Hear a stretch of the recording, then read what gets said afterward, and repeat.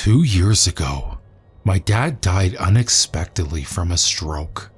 He was at work when it happened.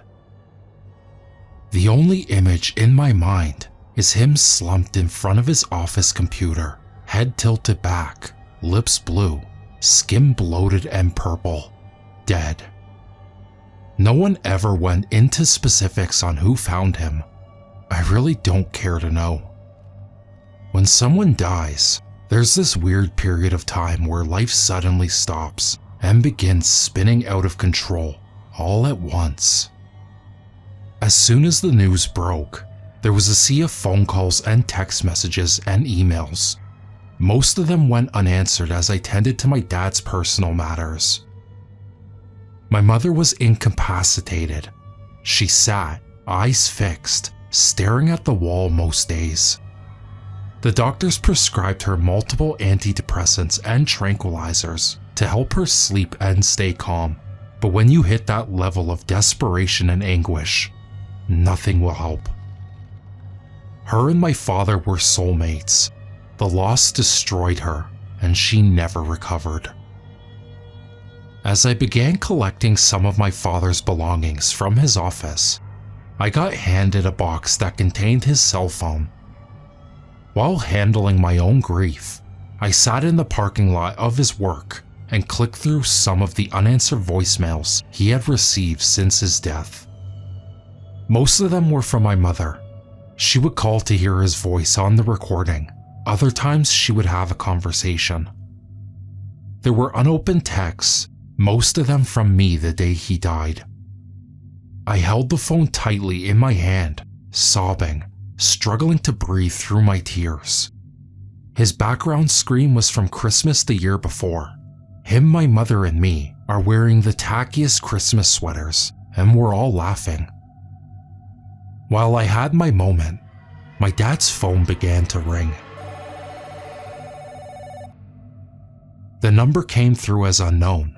I paused for a moment, but decided to answer in the event it was something regarding a bill collector. "Hello?" I whispered, my voice cracking from the tears. There was a muffled static on the other end. I paused, thinking I had lost service. Right before I was going to end the call, a voice finally came through.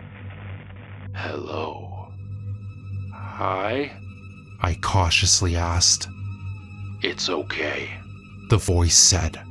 The words came through crisp and clear, but I couldn't shake the unnerving feeling that creeped up on me. "I'm here now." "Who is this?" I looked at the phone screen again to assure myself that it was an unknown number. "I don't know if I know you. I'm sorry." "Oh, you know me," the voice said. My heart thudded quickly. "You've heard of me, probably." I'm sorry I don't. Just know it's okay." The voice was calming, if not a bit delicate with its words.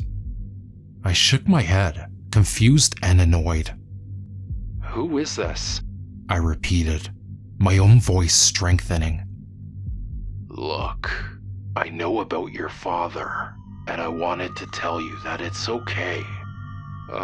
Thanks, but you didn't answer my question. Who are you?" I tried to keep myself calm, but my temper flared. It felt like a prank. My body seemed to be hardwired on edge. "Does it matter who I am?" Through the phone, I could sense a smile on the voice's lips. Yeah," I said, nervously looking through my windshield to make sure no one was watching me.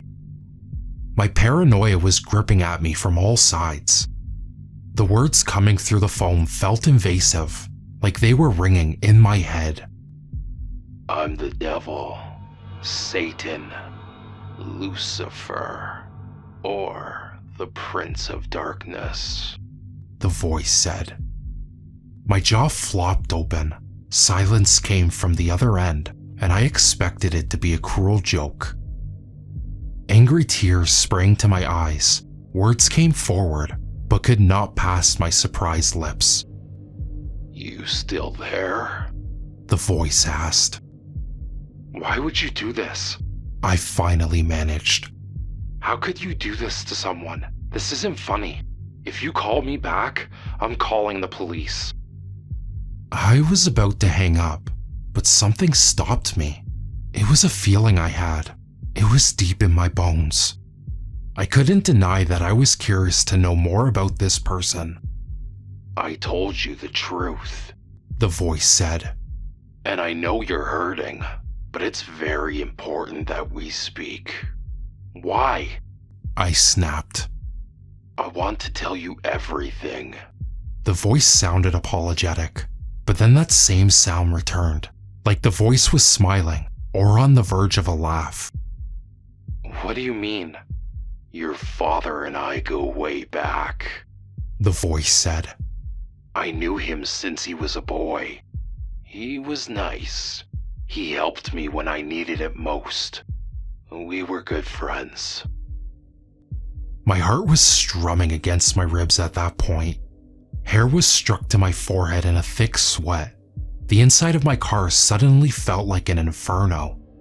I dared not to open a window though, because I was afraid someone would hear this bizarre conversation. Why would my father be friends with the devil? Why would the devil be friends with a human? The voice answered immediately. I stiffened in my seat. He was a good person. The devil is supposed to be the devil. Mean and awful, right? The absurdity of what I was saying made me want to laugh. Why are you so nice?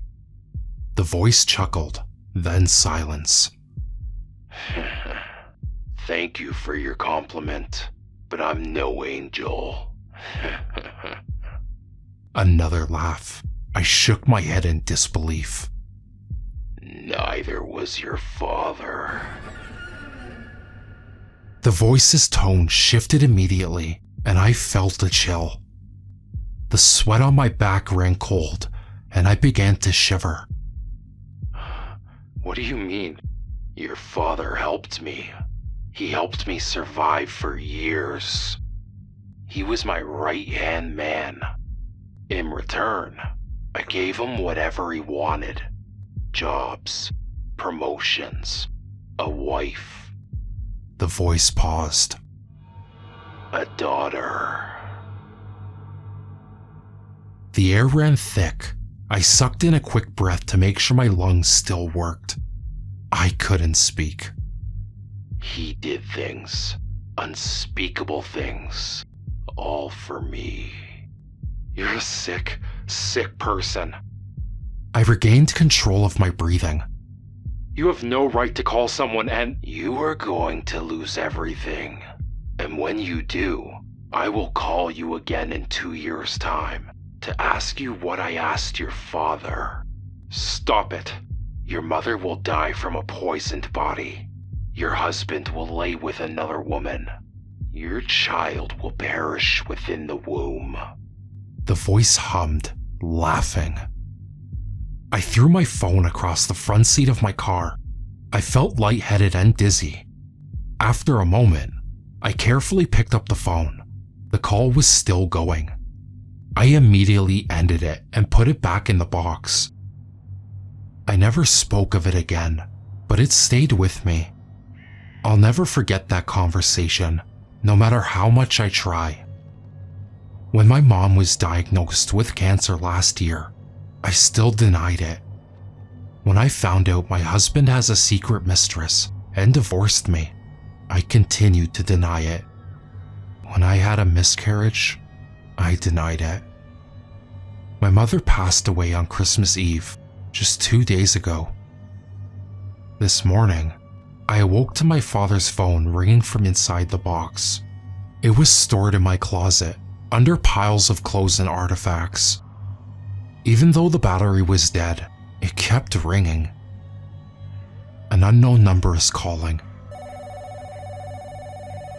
It's ringing as I type this. I think I'm going to answer it.